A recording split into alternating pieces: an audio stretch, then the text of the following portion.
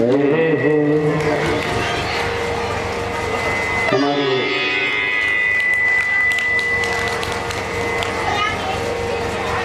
बीच में Amit ji UP MRC metro में जो आगरा में ये लोग बच्चे लोग काम करते हैं। हमारे योगेश जी लक्की नागर से शर्मा इंजीनियर हैं सभी लोग। और महाराज जी की कथा चल रही है तो वहाँ से मेट्रो से काम छोड़ करके आए। बहुत सुंदर बात। देखिए जवान बच्चों के अंदर भी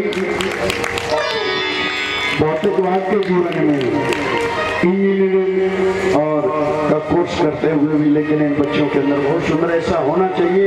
हम कितने भी बड़े पद पर पहुंच जाए, चाहे कितने भी पढ़े लिखे इंजीनियर डॉक्टर वकील वैज्ञानिक बने, लेकिन अपने धर्म संस्कृति को नहीं छोड़ना चाहिए। तो इन्होंने वही उदाहरण को यहाँ प्रस्तुत किया है और अपने ड्यूटी को भी छोड़ करके बोले चलो चाहे हम आध घंटे भर के लिए और आगरा से चल करके आए। बहुत सुंदर भाव। बोली वृंदावन बिहारी लाल की जय। तो हम आपको वर्णन कर रहे थे सज्जनों, भगवान कृष्ण मथुरा में रहने लगे और कंस ने 17 बार आक्रमण किया लेकिन 17 बार विफल हो गए। ब्राह्मणों से पूछा, ब्राह्मणों ने कहा तुम ऐसा करो अपनी सेना में ब्राह्मणों को शामिल कर, अग्रे आगे ब्राह्मणों को कर देना। और 18वीं बार काल यवन को लेकर के मथुरा के ऊपर चढ़ाई कर दी। भगवान कृष्ण ने कहा ब्राह्मण और ब्राह्मणों पर वार कैसे करें। विप्रधेनु सुर संत हित लीन मनुज अवतार निज इच्छा निर्मित माया गुण गोपान। संत ब्राह्मणों धर्म की रक्षा के लिए तो भगवान का अवतार था। अब ब्राह्मणों पर कैसे मथुरा नगरी छोड़ती। आगे कृष्ण बलराम पीछे काल एवं जरासंध प्रवसन पर्वत की गुफा में और वहां मुचकुंद नाम का राजा सोया, अपना पीताम्बर ओढ़ दिया, कोने में खड़े हो गए। पीछे से कालीवन जरासंध जाए गए। देखा हो सकता है इसमें छिपाओ। कालीवन ने अच्छा ये तो छोड़ के यहाँ से चुप किया और एक लात मारी। मुचकुंद की दृष्टि कालीवन के ऊपर पड़ी, जल के भस्म। भगवान कृष्ण प्रकट हुए, पूछा आप कौन। बोला तुम कौन। मैं इक्ष्वाक मानदाता पुत्र मुचकुंद। भगवान कृष्ण के साक्षात परब्रह्म परमात्मा नारायण जगदीश धर्म की रक्षा के लिए और कृष्ण रूप में महाराज मेरा उद्धार हो गया। भगवान कृष्ण नहीं, अभी तुमको एक जन्म और लेना।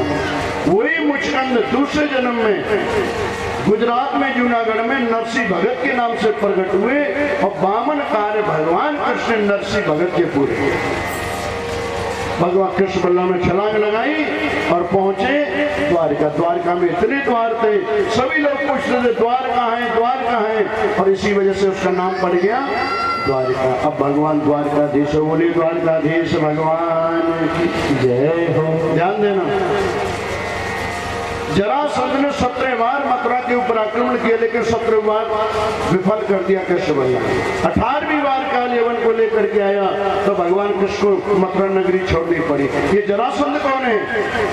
ज्ञान की दृष्टि से देखोगे जरासंध कोई और नहीं। जरा कहते हैं वृद्धावस्था। तुम्हारी 50-55 वर्ष की जब उम्र हो जाए ना तो समझ लेना चाहिए जरासंध ने में आक्रमण कर दिया। किसके ऊपर। मथुरा नगरी के ऊपर। और मथुरा नगरी कोई और नहीं है। ज्ञान की दृष्टि से देखोगे हमारा तुम्हारा शरीर ही मथुरा नगरी। लेकिन आप बुढ़ापे से तो बच जाओगे, लेकिन बुढ़ापा जब काल को साथ लेकर के आएगा तो तुमको शरीर रूपी मथुरा नगरी एक दिन छोड़नी पड़ेगी।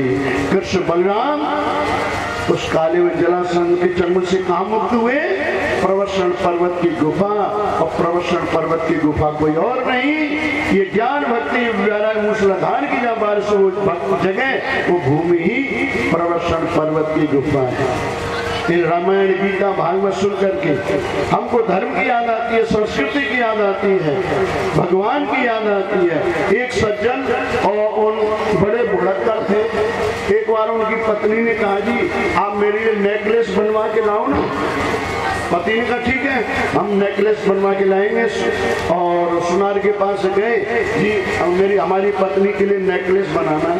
सुनार ने कहा इतना जल्दी नहीं बनेगा, 1 सप्ताह लगेगा नेकलेस बनने। अब बुलक्कड़ थे, पत्नी ने पूछा कि आप मेरा नेकलेस लेकर के लिए आए। सुनार ने कहा 1 सप्ताह लगेगा, 1 सप्ताह तो इंतजार कर। 1 सप्ताह के बाद में ऑफिस से सुनार के पास जाना भूल गई। पत्नी ने कहा जी मेरा नेकलेस, सॉरी भूल हो गई, कल तुम्हारा नेकलेस जरूर लेके आएंगे। दूसरे दिन ऑफिस जाने लगे, पत्नी ने कहा देखो कल तो मेरा नेकलेस भूल है, आज नहीं भूलना। नहीं, आज हम जरूर लेकर के आएंगे। बुलक्कड़ से ही 5 बजे छुट्टी हुई और उठाया बैग, वापस घर। पत्नी ने पूछा जी मेरा नेकलेस, सॉरी भूल हो गई, कल तुम्हारा नेकलेस जरूर लेकर के आएंगे। तीसरे दिन ऑफिस जाने लगे, पत्नी ने कहा देखो तुम रोज रोज सुनार के पास जाना भूल जाते हो, मेरे नेकलेस आज नहीं भूलना, आज लेके आना है। पति ने कहा ठीक है आज नहीं भूलेंगे। और जैसे दरवाजे से बाहर निकले ना, पत्नी ने कहा रुकना जी। बोला क्या बात है? उसकी जेब में हाथ डाला, रूमाल निकाला। पत्नी ने क्या किया, उस रूमाल में गांठ लगा। पति ने कहा ये रूमाल में गांठ क्यों लगाई है? बोला तुमको याद रहेगा कि पत्नी का नेकलेस लेके आना है, उसकी जेब में रख देना। जो गर्मी का समय था, ऑफिस पहुंचे, पानी पिया और पानी पी करके जेब में हाथ डाला, रूमाल में गांठ लगी। बुलक्कड़ थे, भूल गए, विचार करने लगे ये रूमाल में गांठ क्यों लगी है। अच्छा वो पत्नी का नेकलेस लेके जाना है ना जेब में। दोपहर को खाना खाया, खाना खा करके हाथ पूछने के जेब में हाथ डाला, भुलक्कड़ थे ही भूल गए, रूमाल में गांठ। विचार करने लगे ये रूमाल में गांठ क्यों लगी है।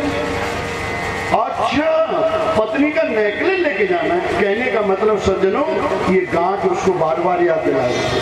पत्नी का नेकलेस लेके जाना है, पत्नी का नेकलेस लेके जाना है। इसी प्रकार से ये भागवत है, रामायण है, गीता है, संतों के उपदेश है, ये भी मनुष्य को बार बार याद दिला रहे हैं भाई भजन करना है, साधना करना है, योग ध्यान चिंतन सिमरण करना है, कथा सुनना है। और नहीं तो कोई 84 लाख किलो में जीव जंतु कीड़े मकोड़े पशु पक्षी बनना पड़ेगा। सुखदेव महाराज वर्णन करते हैं, राजा भगवान कृष्ण द्वारका में रहने लगे और उसी समय एक भीष्मक राजा और उसके 5 पुत्र और 1 पुत्री। राजा शीत भीष्मको नाम विदर्वाद पतर्मा तस्य 5 भवन पुत्र कन्या काचा बरान। वो भीष्मक राजा के 5 पुत्र 1 पुत्री, और 1 कन्या रुक्मिणी विवाह हुई। और पिता भीष्मक अपनी बेटी रुक्मिणी का विवाह द्वारकानाथ कृष्ण के साथ करना चाहते, लेकिन भाई रुक्मी अपनी बहन रुक्मिणी का विवाह गोपाल के साथ नहीं, राजा शिशुपाल के साथ करना। और भाई रुक्मी ने अपनी बहन का रिश्ता शिशुपाल के साथ तय कर दिया। रुक्मिणी को जब पता चला ये रुक्मिणी कौन है, रुक्मिणी तो माँ लक्ष्मी, और लक्ष्मी का वर्णन कौन करेगा, नारायण। जीव शिशुपाल की नहीं, लक्ष्मी तो नारायण की है। और लक्ष्मी के 3 नाम है सज्जनों, एक लक्ष्मी, दूसरा अलक्ष्मी, तीसरा महालक्ष्मी। लक्ष्मी किसे कहते हैं, लक्ष्मी कहते हैं जो नेक नियत, अनीति से धन जो आता है, कुछ नीति से आता है, उसका नाम है लक्ष्मी। जो नीति अनीति से धन घर में आता है उसका नाम लक्ष्मी। और ऐसे धन का कुछ सदुपयोग होता है, कुछ दुरुपयोग होता, और ऐसा धन कुछ अच्छे कामों में खर्च, कुछ गलत कामों में। दूसरा लक्ष्मी का नाम है अलक्ष्मी। और अलक्ष्मी कहते हैं अनीति से, अधर्म से जो धन घर में आता है उसका नाम अलक्ष्मी। और ऐसे धन का हमेशा सज्जनों दुरुपयोग होता है, वो कभी भी अच्छे कामों में खर्च नहीं होगा, वो हमेशा बुरे गलत कामों में ही जाएगा। और तीसरा लक्ष्मी का नाम है महालक्ष्मी। और महालक्ष्मी कहते हैं अपने नेक नियत कमाई मेहनत का जो तुम्हारे पास धन है उसका नाम महालक्ष्मी। और अपने मेहनत कमाई का नेक नियत का जो धन होता है ना, वो हमेशा अच्छे शुभ कार्यों में ही व्यय होता है। इसी वजह से तो आप बढ़ चढ़ करके और ये भागवत में भी सहयोग कर रहे हैं, व्यास जी का, ब्राह्मणों का, संतों का, सबका स्वागत सम्मान कर रहे हैं। और यहाँ इसमें भी आप जो कथा चल रही है आयोजकों को भी और यहाँ के भंडार उसमें भी लोगों का सहयोग है। 200 रुपये रमेश चंद्र नोहरा से, 1100 रुपये गुड्डू बघौलिया धर्मपुर से, 2100 रुपये अखेराम बघौलिया धर्मपुर से, 511 स्वराज यादव धर्मपुर, 1100 रुपये होशियार सिंह धर्मपुर, 101 देवकी नंदन गरी निर्भय, 100 रुपये संतोष यादव नोहरा, 110 रुपये उदल सिंह नगला सौठ, 500 रुपये उम्मीर बेनीवाल धर्मपुर से, 501 मुकेश प्रधान नगला कलुआ, 500 रुपये ठाकुर मुरारी लाल गढ़ी सुमेर, 5100 रुपये इंस्पेक्टर विमल कुमार नगला संतोषी, 200 रुपये विजय सिंह चिकाऊ, इन लोगों ने और यहाँ पर ये भागवत में सहयोग किया है। बहुत बहुत सुंदर भाव। ऐसे ही सभी लोग धर्म के कार्यों में, धर्मानुष्ठानों में और सहयोग करते हुए उन लाभ लेते हैं। बोलिए वृंदावन बिहारी लाल की जय। रुक्मिणी को जब पता चला, अपनी भाभी से कहा, भाभी जब से द्वारका नाथ कृष्ण के रूप लावण्य का मैंने वर्णन सुना, मैंने उनको पति रूप में वर्णन किया। रुक्मिणी की भाभी ने कहा, देख हमारे कुल की परंपरा, पहले राजाओं में स्वयंवर की प्रथा थी सजन, सभी राजकुमार इकट्ठे होते थे, कन्या बरमाला लेकर के जाती, जिसके गले में बरमाला डाल दिया ना वही पति हुआ।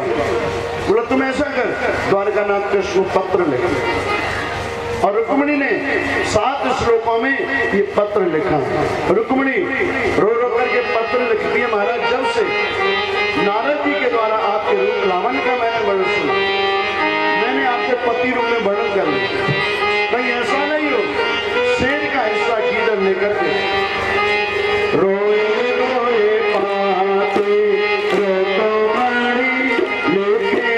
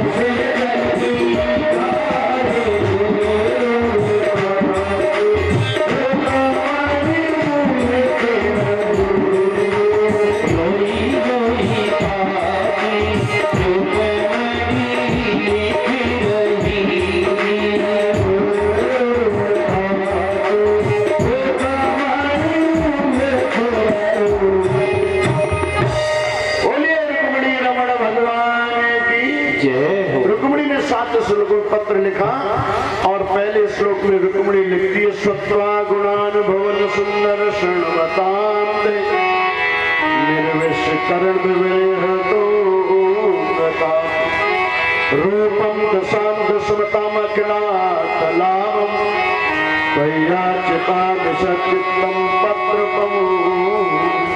ये 7 श्लोकों में रुक्मिणी ने पत्र लिखा। पहले स्वत्वा गुणान भवन सुन, जब से नारद जी के द्वारा आपके रूप लावण्य का मैंने वर्णन सुना है ना, मैंने आपको पति रूप में वर्णन। कहीं ऐसा नहीं हो शेर का हिस्सा गीदड़ लेके चले।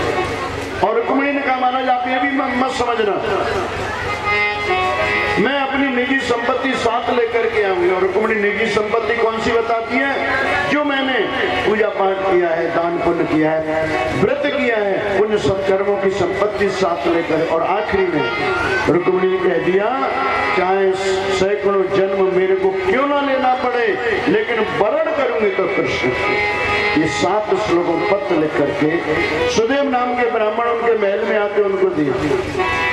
जाकर के ब्राह्मण द्वारका पहुंचे, भगवान कृष्ण पत्र पढ़ा, रथ तैयार किया, ब्राह्मण को बिठाया और द्वारका से बाहर निकले। सामने से बलराम जी आ रहे थे। पूछा, कन्हैया कहाँ जा रहे हो? भाई जी वहीं जा रहे हैं। अरे कोई गांव नाम? भाई जी वहीं जा रहे हैं। अरे घर वालों को पता नहीं, मंत्री सैनिक पता नहीं कहाँ जा रहे हैं? भाई जी वहीं जा रहे हैं। बलराम ने देखा, मैं तो समझता मेरा कन्हैया छोटा, नहीं मेरा कन्हैया सब में सुंदर बड़ा, जहाँ बड़े बड़े राजकुमार इकट्ठे हो। और भगवान कृष्ण घोड़ों में चाबुक लगाई, हवा से बात करने लगे। रात रात में कुंडनपुर को शिषपाल भी पहले से वो बारात लेके पहुंच चुका है। भगवान कृष्ण शंख बजाया, शिषपाल ने देखा द्वारका से कृष्ण आ गया, कहीं मेरे होने वाली पत्नी को। भाई रुक्मिणी ने कहा, तुम क्यों चिंता करते हो?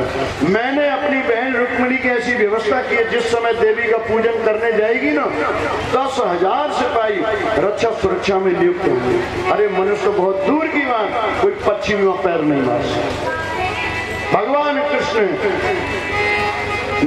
ने शंख बजाया और ब्राह्मण ने जा करके रुक्मिणी को बताया, बेटी रुक्मिणी मैं द्वारकानाथ कृष्ण को लेकर के। रुक्मिणी ने बड़ा आभार प्रकट। रुक्मिणी की मां ने कहा, बेटी रुक्मिणी हमारे कुल की परंपरा है, जिस समय कन्या का विवाह होता है ना, तो गौरी का पूजन किया जा, तुम देवी का पूजन कर। रुक्मिणी सखियों के साथ में मंदिर में और गौरी का पूजन करती है और देवी से स्तुति करती है, हे गणेश मां जगत जननी भवानी, तुम मेरी इच्छा पूरी कर दे, द्वारकानाथ कृष्ण को पति रूप में वरण करा। देवी ने गौरी अम्मा ने आशीर्वाद दिया, जा रुक्मिणी तेरी इच्छा पूरी होगी। और रुक्मिणी मंदिर से बाहर आई, भगवान कृष्ण रथ को आगे बढ़ाया। 10,000 जो सिपाही खड़े थे ना, रोक दिया, कहाँ जा रहे, कौन हो तुम?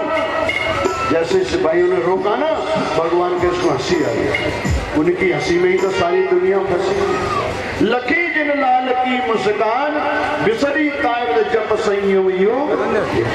जैसे ही भगवान कृष्ण हंसी आई ना, 10,000 सिपाही धनुष बाण चलाना हुई। एक कहने लगा, देखो कैसा सुंदर हंसता है। एक कहने लगा, अरे हंसी क्या, इसके मुकुट के देखो। एक कहने लगा, मुकुट को न पीतांबर को देखो। भगवान कहने लगा, मैं तो उसे घोड़े देखने में लगा, मेरे को नहीं मालूम। एक सिपाही ने कहा, मैं बताऊं रुक्मिणी कहाँ है? और सिपाहियों ने पूछा, बताओ कहाँ है? वो ले तो गया। तो दूसरे सिपाहियों ने कहा, तुमको जब मालूम था ले जा रहा है, फिर तुमने बताया क्यों नहीं, हम पहले ही पकड़ लेते। वो सिपाही ने कहा, मैंने देखा जोड़ी बड़ी सुंदर बनी है, पहले इसको ले जाने दो फिर बताए। इस प्रकार से भगवान कृष्ण और रुक्मिणी का वर्णन करके चलने लगे। 10,000 सिपाही और टूट पड़े। रुक्मिणी ने अपने मित्रों से आवाज निकाला। बलराम जी भी पीछे से सेना लेकर के आए, लेकिन रुक्मिणी के भाई रुक्मी ने प्रतिज्ञा कुंडम न प्रवेक्षा, जब तक मैं और कृष्ण रुक्मिणी को मुक्त नहीं करा लूंगा, वापस कुंडनपुर में प्रवेश नहीं करूंगा। और भगवान कृष्ण बंदी बना लिया। बलराम ने आके छुड़ाया, पहुंचे द्वारिका। द्वारिका के पास माधवपुर, यहाँ माधव रुक्मिणी और कृष्ण का प्रथम विवाह। ध्यान देना, जिस परिचय को साथ लगा, साथ में तेरी मृत्यु, और रुक्मिणी कृष्ण की विवाह की कथा एक दिन पहले आती है। 2 मिनट की कथा, उसके बाद में हम विवाह सब की उल्लेख। जिसको साप लगाए, कथा तो विवाह जैसी है, लेकिन इसका अर्थ क्या है? रुक्मिणी ने संकल्प किया, प्रतिज्ञा किया था कि सैकड़ों जन्म क्यों ना लेना पड़े, वरण करूंगे तो कृष्ण का। इसी प्रकार से मनुष्य भी अपने जीवन में संकल्प ले लेता है, प्रतिज्ञा कर लेता है। जब तक भगवान की प्राप्ति दर्शन नहीं हो जाएगा, हम दान पुण्य करना, तीर्थ में छोड़ेंगे। तो जैसे रुक्मिणी को कृष्ण की प्राप्ति हुई, ऐसे ही इस जीव को भी परमात्मा की प्राप्ति हुई। रुक्मिणी रमण भगवान की। माधव द्वारका के पास माधवपुर, यहाँ रुक्मिणी और कृष्ण भगवान का ये प्रथम विवाह। सज्जनों, आप संसार की शादियों तो बहुत सम्मिलित हो, लेकिन भागवत के माध्यम से यहाँ पर भगवान कृष्ण और रुक्मिणी का ये प्रथम विवाह। कल की कथा हो रहा है, कल 16,008 विवाह सुन पाता है, उसको भी लाभ मिलता है। तो कल भी ज्यादा से ज्यादा संख्या में आकर के और आप कथा का लाभ लेंगे। बोली वृंदावन बिहारी लाल की रुक्मिणी रमण भगवान की। रुक्मिणी सखियों से कहती है, आओ सखियों मुझे मेहंदी लगा दे, मुझे श्याम सुंदर की दुल्हन बना।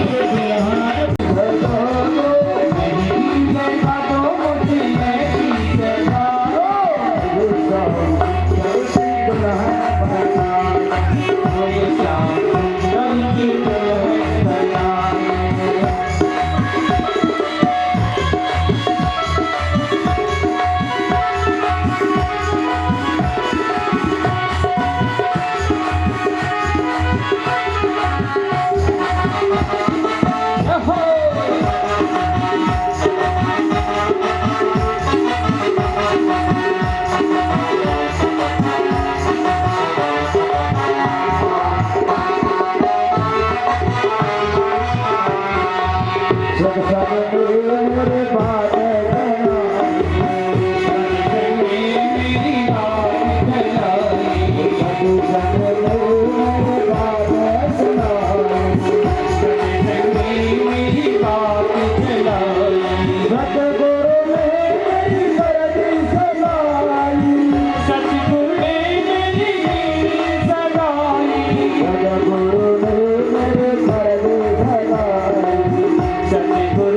मेरी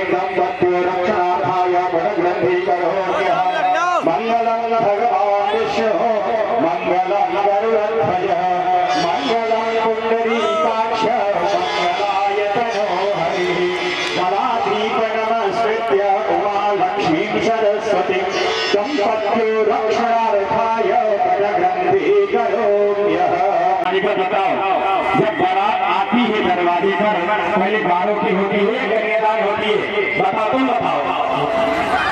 पहले बारोटी होती है ना, तो अब बारोटी हुई, पूजा हुई कि नहीं हुई?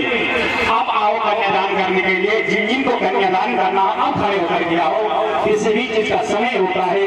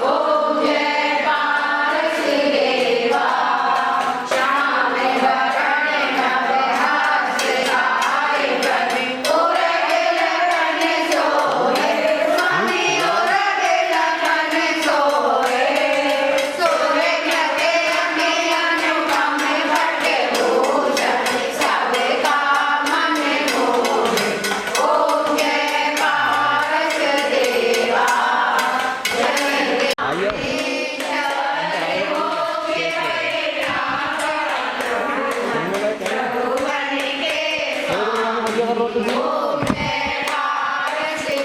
बहुत रे कम में बोल रहे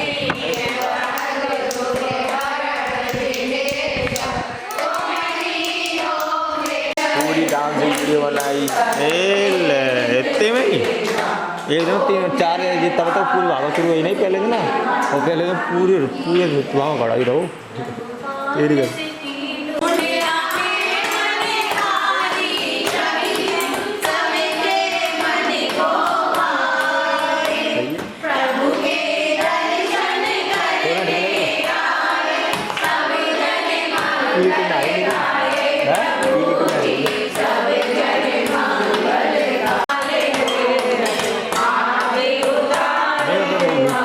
तो आती थी अपनी